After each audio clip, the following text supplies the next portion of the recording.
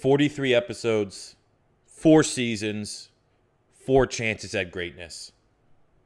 When we started this, I had no idea where we'd go. 3 first-round draft picks, an all-world elite wide receiver, and a franchise desperate for a winner. Are they going to be in Oakland? They're getting ready for the big move to Las Vegas. So much behind the scenes, but all we could focus on was winning on the field.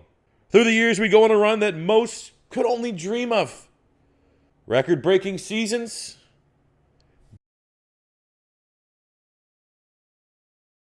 dominating every draft day with elite precision and heralded moves. Well, almost all the time. Not every move was heralded. But we had ups and downs that really, we could argue, built the foundation. What? No! Time out! To eventually win it all.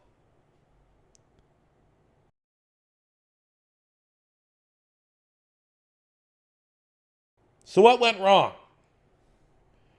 Hey, I'm just a guy who doesn't know much about anything. But mama didn't raise no moron. Everything I'm about to tell you is just a rumor, but come on. I'm sure you guys are smart enough to read between the lines. There was a report after winning Super Bowl 57 that Raiders owner Mark Davis was nowhere to be found. You could see from all the official footage he was not on the podium hoisting the Lombardi, like his tradition, like has been done time and time and time again 57 years before him. He wasn't even in the locker room after the game for the big celebration. An anonymous tip from back in Las Vegas said that a suspicious $100 million bet just before kickoff on the Chicago Bears to beat the Raiders was placed from someone just known as Al. Obviously very suspicious, but a lot of Las Vegas bettors, when reading this and looked into this, just thought more so it was a ruse, a cover-up, and nothing really too shady about it. It happens all the time. Even though Las Vegas kind of dismisses as just, an alias, whatever, it had been known within the Las Vegas Raiders locker room that John Gruden and Mark Davis did not get along. And oftentimes, John Gruden would call Mark Al, in homage to his late father, as a joke, oftentimes refusing to him as Al, pretty much mocking him. I don't know if it was mocking him for some of the roster decisions that was really out of John Gruden's control. Was it frustrations boiling over? Either way, it was not a healthy work environment, and there was a lot of hostility between the two. Now, of course, if this was really all confirmed, CNN would be here, all the big major media outlets would be here, about how Mark Davis would have to sell his team. Betting against your own team in the Super Bowl, that would violate so many violations. Insider trading, game manipulation. There's no way the rest of the league, the rest of the owners, would keep Mark Davis on as the owner of the Vegas Raiders franchise. Instead, what we have is why we're here today.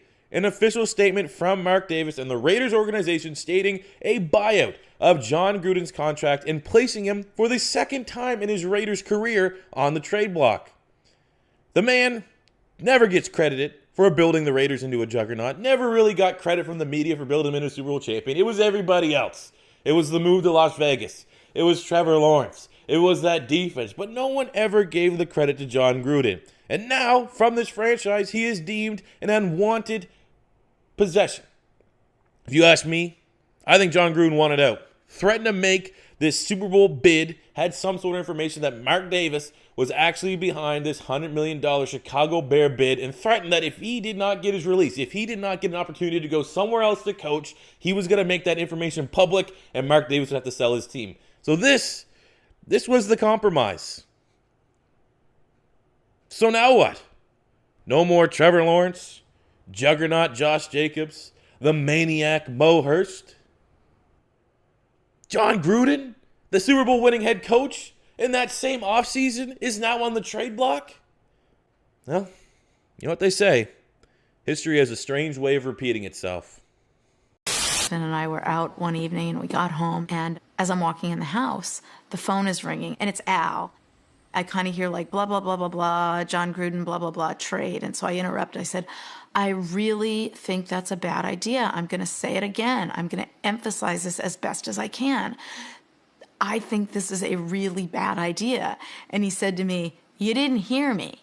I told you I just did it. Davis sent Gruden to Tampa. How did you end up as head coach of the Tampa Bay Buccaneers?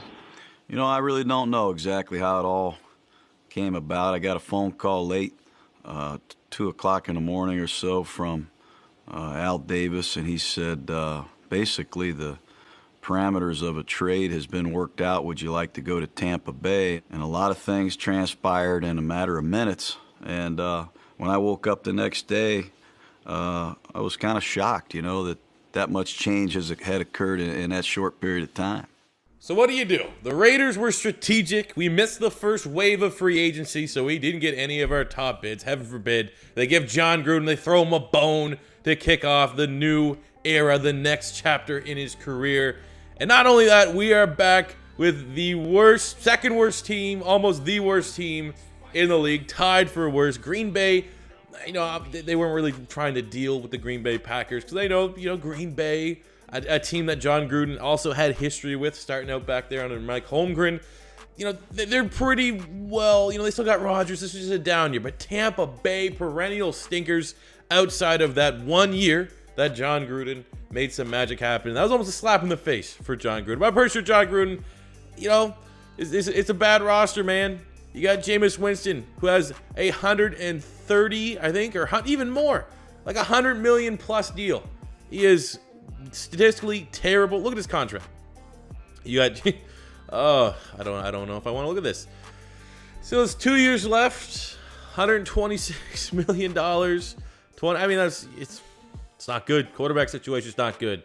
You got Austin Eckler, Trey Sanders. Luckily enough, we're bringing our fullback. John Gruden, last time he was in Tampa, loved his fullbacks. Used Mike Allstott. We got Chris Warren as part of our deal. Luckily threw us. We got Eckler as our leading back. We still got Mike Evans, O.J. Howard, and Chris Godwin. They had productive years. Let's just go look more so on who we actually have because we weren't even able to re-sign certain players. We came very, very late. So we're going to have to, last-ditch effort, try and build this team up. So we have Jameis Winston at quarterback. That's a hideous contract.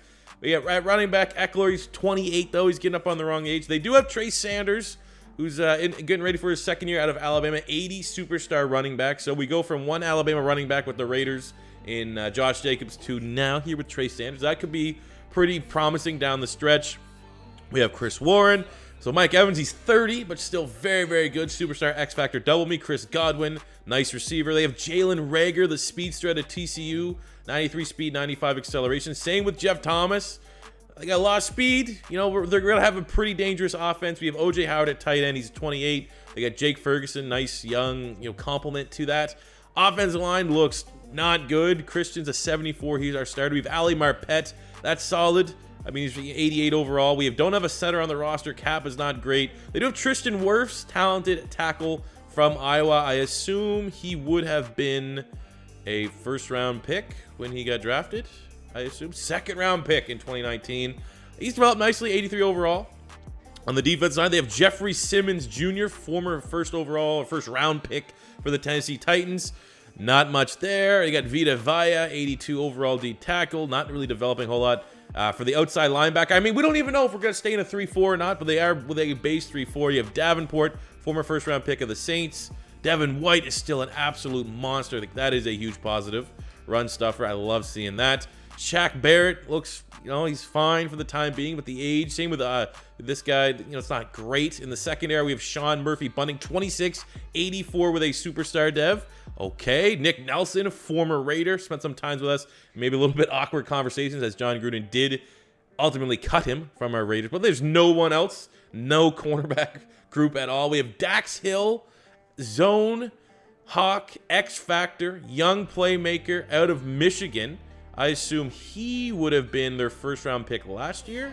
First-round pick, 3 overall. So this has been 2 down years. They had the 3rd overall pick in the first round last year. They have the 2nd overall. This is the worst franchise available that they have sent John Gruden to. We have Isaiah Simmons at strong safety, X Factor. He's 25. We could, if we move to a 4-3, move him to linebacker. A lot of people have that debate. Is he a safety? Is he a linebacker at the next level? He is selfless. I've never had a player with this X Factor ability. When they're making plays, they enter the zone. All on-field teammates enter the zone as well. That's unreal. You only get it by making hit-stick tackles. And he has Enforcer. Hell yeah. Hell yeah. I might be kind of scared to move him to linebacker for the chance that this re-rolls. Maybe we'll just have him be our money. I don't know yet. But, for a roster, we got Johnny Townsend, best punter in the league. I'm glad we were able to bring him. and we have the number 2 overall pick this season. You know, it could have been worse. I mean, literally, we are on the lowest 79 overall. It's not even that bad, but they are the worst team in the league. We have our work cut out for us. We have no scouting done. We missed the first wave of free agency. We couldn't retain our own free agents. And we look at, you know, this draft class, the last draft class of realistic prospects. You know, you got DJ Ugalele. Is he going to be our quarterback? Well, all I can say is we'll come back here in a couple days, episode 45, and get into the next chapter of John Gruden's career. And we'll do the offseason. We'll do the rest of the free agency. We'll do the rest of the offseason. I mean, I guess, you know, I would like to have a nice storyline. Let's get to the next chapter. But, I mean, we need your input, man. We got some free agents. We haven't bid on anyone yet. You look at the names available. I mean, a position's a need. I'm probably going to have to do my best just to try to do this one without you guys. But we got our work cut out for us. But we do know one thing. Just because the chapter with the Raiders has ended doesn't mean that this franchise has. Because the last time John Gruden reached the certain peaks that I think that this talented coach can reach with this Tampa Bay Bucks team, it ended something like this. Thanks for watching. I'll see you guys back here on the next one. Subscribe if you're new. Like the video if you guys like where this series is going. And I'll see you guys back here on Friday. Money I'm spending, I'm out and I'm shopping. You talking that shit, well you talking and talking. Look at my options, look at me dropping. Ass in the game, like who are you stopping? Not me, not me, not never. Not me, not me, not never. Not me, not me, not never.